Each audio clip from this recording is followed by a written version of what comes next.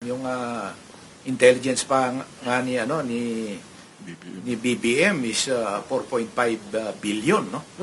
Dapat yan ang tinututukan niya na alamin kung ano ang dapat na ano ang nangyayari at mangyayari at ano ang dapat na responses dito. Ang problema, ang nangyayari is ang tinututukan nila is yung politika, yung like for example, itong impeachment.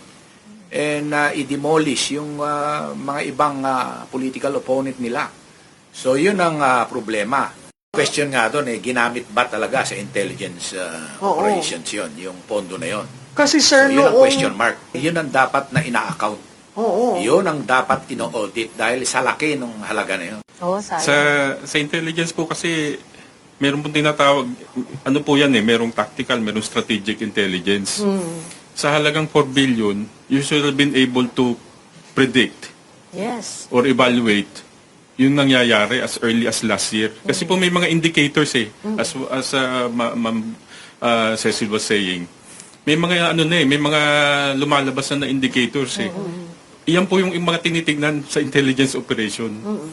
Tinitignan niyo yung mga indicators, nagtutugma ba? Ito ba kailangan na ng action plan nito? Pero scenario planning na correct, dapat. Correct, ma'am. Pero sayang yung 4 billion. Tingnan tayo ngayon, nakahang tayo ngayon. Nakakapagtaka pa dito kasi alay tayo ng US. Ang US ang nag-umpisa ng gera. So bakit hindi tayo nakakuha ng intelligence? Oo, diba? diba? Dapat nakahanda na tayo.